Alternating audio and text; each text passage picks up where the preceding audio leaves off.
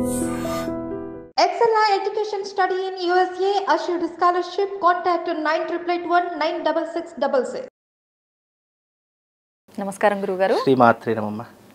గురుగారు, చాలామంది ఎక్కువగా దైవాన్ని ఆరాధించే వాళ్ళు ఉపవాసాలు ఎక్కువగా ఉంటుంటారు. అయితే పెద్దవాళ్ళు చెప్తుంటారు, తినకుండా దేవుడు పూజించమన్నాడా, కడుపు మార్చుకొని పూజిస్తే దేవుడికి కూడా నచ్చదు, మన ఆత్మని మనము క్షోభింప చేసుకుంటున్నాం ఒక రకంగా తినకుండా. ఇట్లాంటివన్నీ ఎవరికి తోచిన రకంగా వాళ్ళు చెప్తూ ఉంటారు.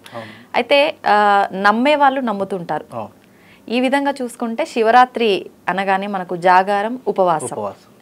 ఆ ఉపవాసం చేసేవాళ్ళు ఎన్నో సందేహాలు, అసలు ఎప్పుడు తినాలి, ఏం చేయాలి, ఎలా ఉండాలి, కొంతమంది పాలు తాగొచ్చు అంటారు, పండ్లు తినొచ్చు అంటారు, అది డే అంతా తినొచ్చా, అసలు ఎప్పుడు తినాలి, ఇలాంటి సందేహాలు. నిజంగా ఆ రోజు చేసే ఉపవాసం ఏ విధంగా ఉండాలి గురుగారు? ముందుగా ప్రేక్షకులందరికీ శ్రీమాత్రే నమః, శ్రీ గురుభ్యో నమః. యాదేవి సర్వభూతేషు మాతృరూపేణ సంస్థితాం నమస్తస్సై నమస్తస్సై నమస్తస్సై నమో నమః. చాలా మంచి ప్రశ్నమ్మా. మీరు అడిగినటువంటి ప్రశ్న మీకే కాదు చాలామందికి సందేహం ఉంటుంది. చాలామంది ఫోన్లు చేసి కూడా అడుగుతారు, గురువు గారు శివరాత్రి కదా, మేము అది తినవచ్చా, ఇది తినవచ్చా, ఏమీ తినాలి, ఏం తినకూడదు, ఇలా ఎన్నో రకాలైన ప్రశ్నలు వేస్తూ ఉంటారు.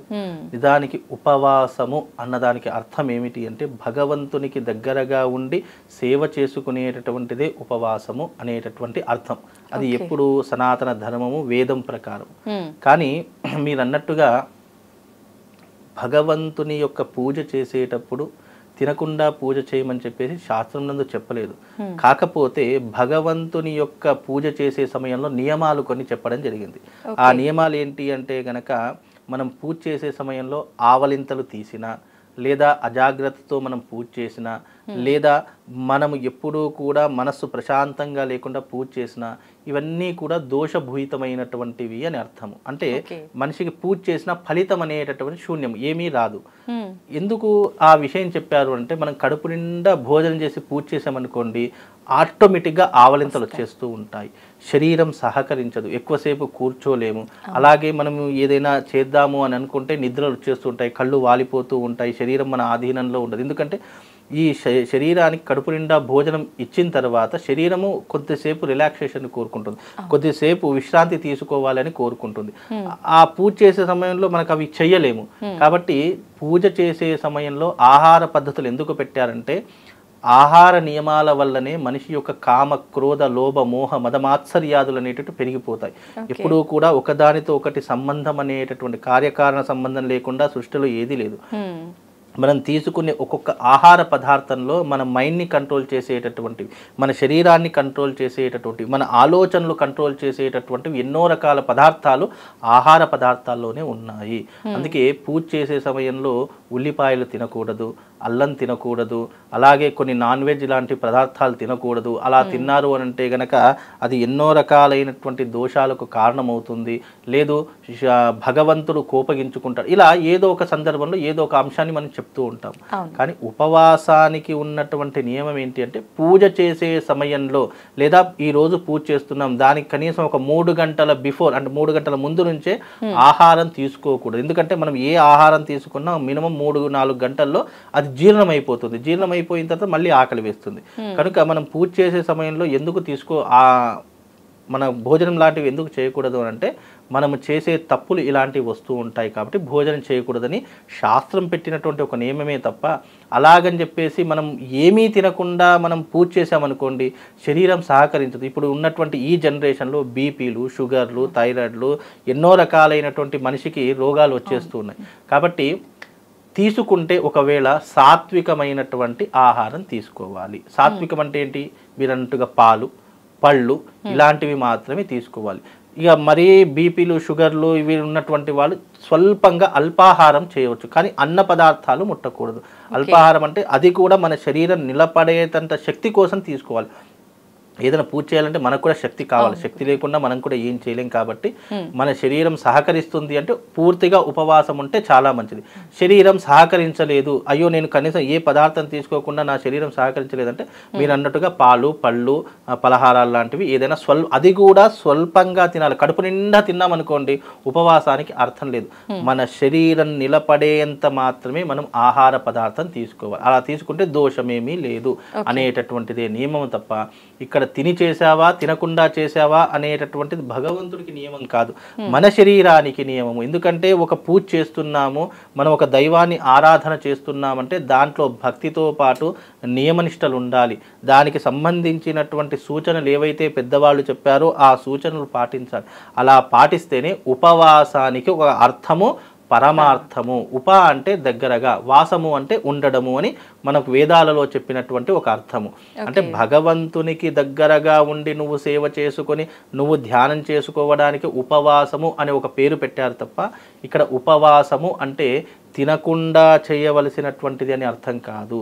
తినాలి. ఎప్పుడు తినాలి? నువ్వు ఈరోజు యజ్ఞయాగాదులు చేస్తున్నావు అంటే నీ శరీరం తినకుండా ఉంటే గనక ఆ ఎనర్జీ అనేటటువంటిది నిన్ను ఎప్పుడూ కూడా సంరక్షిస్తుంది.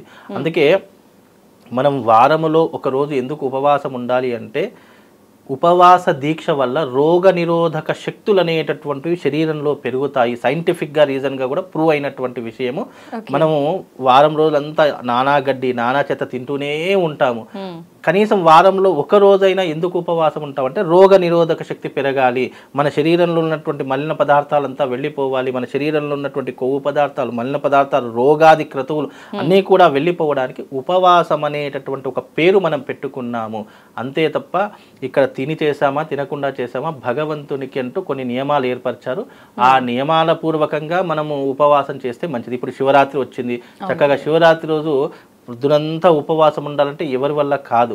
కాకపోతే దానికి సంబంధించిన ఆహార పదార్థాలు ఏవి తీసుకోవాలి? పాలు, పళ్ళు, ఫ్రూట్స్ లాంటివి తీసుకోవాలి. అవి సాత్వికమైనటువంటి ఆహారం. దాని ద్వారా శక్తి అనేటటువంటిది పెరుగుతుంది తప్ప అదే అన్నం లాంటివి తిన్నాము, ఆ రోజు నాన్ వెజ్ తిన్నాము, అన్నం తిన్నాము, నానాగడ్డి తిన్నాము అనుకోండి, మనిషి శరీరంలో ఆలోచనలు విపరీతంగా పెరిగిపోయి అవి చెడు వైపుకి ఎక్కువగా వెళతాయి. లేదంటే కామానికి వెళ్ళడము, క్రోధానికి వెళ్ళడము, లోభానికి వెళ్ళడము, లేదా మనం ఆలోచించే రీతి కూడా వంకర బుద్ధిగా వెళ్ళిపోవడం, ఇవన్నీ కూడా మనిషిలో ఉన్నటువంటి ఒక నిర్జీవమైనటువంటి చర్యలు. అలా ఉండకూడదు అని అనడానికి మాత్రమే ఇలాంటి ఆహార నియమాలు పెట్టాము తప్ప అందులో భగవంతునికి కోపం వస్తుంది, కోపం రాదు అనేటటువంటి అంశాలు. చాలామంది ఏమంటారంటే అయ్యో నువ్వు తిని పూజ చేస్తున్నావు, భగవంతునికి కోపం వస్తుంది, నీకు ఏదో శపిస్తాడు, ఏదో ఇబ్బంది జరుగుతుంది. ఎప్పుడూ కూడా భగవంతుడు మేలు కోరేవాడే తప్ప కీడు కోరుకునేటటువంటి వాడు కాదు. అవి మనం ఊహాజనితంతో మనం సృష్టించుకున్నటువంటి విధానాలే తప్ప అక్కడ నిజానికి చెప్పాలంటే ఉపవాస దీక్షకు అర్థం ఏంటంటే మనం ఏదైనా ఒక పాజిటివ్ ఎనర్జీని గెయిన్ చేయాలి అంటే గనక దానికి మన శరీరం కూడా కంట్రోల్లో ఉండాలి, ఆధీనంలో ఉండాలి. అప్పుడే మనకు పాజిటివ్ ఎనర్జీ అనేది గెయిన్ అవుతుంది.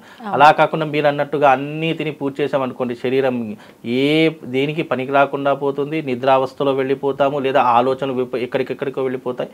కాబట్టి ఒక పాజిటివ్ ఎనర్జీ అంటే అది భగవంతుని యొక్క సేవ, భగవంతుని యొక్క ఆరాధన. అలా చేసినప్పుడు మనం ఏం చేయాలంటే మన శరీరాన్ని కూడా మన కంట్రోల్లో ఉంచుకోవాలంటే శరీరానికి ఏదైతే అవసరమో అది ఇచ్చి మనం ఒక మెడిటేషన్లో కూర్చున్నట్టు. ఇప్పుడు ఉదయం లేవగానే ఏమీ తినకుండా చక్కగా మెడిటేషన్ చేస్తారు. ఎందుకు? ఎనర్జీని గెయిన్ చేసుకోవడానికి. అలాగే భగవత్ ఆరాధన చేసేటప్పుడు కూడా మనం కూడా తినకుండా ఉండి మన శరీరంలో ఖాళీ కడుపును పెట్టుకుంటే ఆ ఖాళీ కడుపు ద్వారా రోగ నిరోధక శక్తి పెరిగి మన శరీరంలో ఉన్నటువంటి అనేక జబ్బులు నయం కావాలి, దూరం కావాలి. మనం ఎప్పుడు కూడా ఆరోగ్యంగా హెల్తీగా ఉండాలంటే వారంలో ఒక రోజైనా తప్పకుండా ఏ మనిషి అయినా సరే ఉపవాసం అనేటటువంటి దీక్ష తీసుకోవాలి.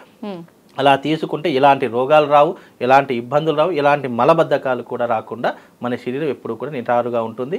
ఆ ఉపవాస దీక్ష అనేటటువంటి భగవంతుని కోసమే కాదు, మన శరీరాన్ని మనం రక్షించుకోవడానికి, మనలో ఉన్నటువంటి చైతన్యాన్ని పెంచుకోవడానికి ఉపవాసము మన కోసం మనం ఆరాధించుకునేటటువంటి ఒక గొప్పనైనటువంటి విధి. దాన్ని ఈ రకంగా చేసుకుంటే ఇటు భగవంతుని యొక్క అనుగ్రహము, ఇటు మనకు వృద్ధి కూడా లభించేటటువంటి గొప్పనైనటువంటి ఔషధంలా పనిచేసి మన ఎప్పుడూ కూడా వృద్ధిలోకి తీసుకొని వస్తుందమ్మా. ఓకే. అయితే గురుగారు కొంతమంది చాలా కఠినంగా చేస్తుంటారు, అసలు మంచినీళ్ళు కూడా తాగకుండా డే అంతా ఉండి ఈవినింగ్ టెంపుల్కి వెళ్ళి అభిషేకం అంతా అయిపోయిన తర్వాత వచ్చి అంత కఠినంగా చేయొచ్చు అంటారా? కఠినము అనేటటువంటిది వాళ్ళ భక్తి మీద ఆధారపడి ఉంటుంది. ఎందుకంటే భక్తికి కొలమానాలు ఏమీ లేవు. భక్తి అనేటటువంటిది నేను ఈ రోజున శివుడి కోసం ఇంత ఉపవాసం ఉంటున్నాను అని అంటే ఆ కఠినమైన దీక్ష ఎవరైనా చేసినా కానీ అంతే పుణ్యాన్ని వాళ్ళు సంపాదించుకుంటారు. అక్కడ మనం కఠినం అని అనుకుంటాం, కానీ సంవత్సరంలో ఒకరోజు కూడా నువ్వు కఠినంగా దీక్ష చేయకపోతే మనం చేసుకున్నటువంటి పాపాలు ఏ విధంగా పోతాయి, మనం చేసుకున్నటువంటి పుణ్యాన్ని ఏ విధంగా సంపాదించుకుంటాం. అక్కడ మనకు కఠినంగా అనిపించవచ్చు, కానీ ఆ ఒక్కరోజు చేసినటువంటి నిజానికి అలాగే ఉండాలి నిజానికి. కాకపోతే ఏంటంటే కొంతమందికి అలవాటు ఉంటుంది, కొంతమందికి అలవాటు ఉండదు.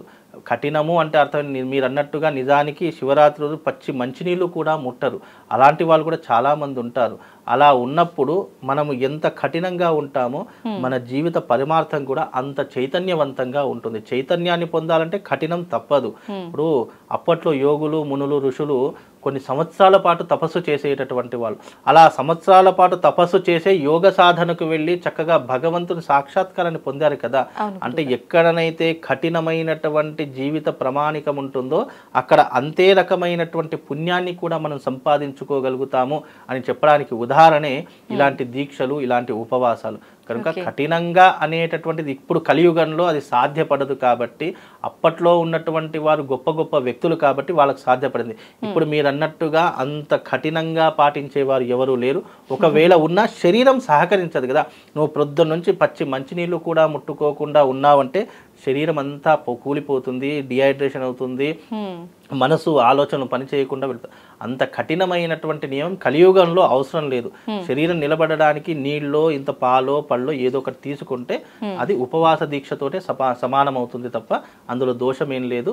ఈ శివరాత్రి రోజు మీరు జాగ్రత్తగా ఉండి శివారాధన చేసుకోండి. ఆ శివుడే మీకు అన్నీ ప్రసాదిస్తాడమ్మా. థ్యాంక్ యూ గురుగారు. శ్రీమాత్రి.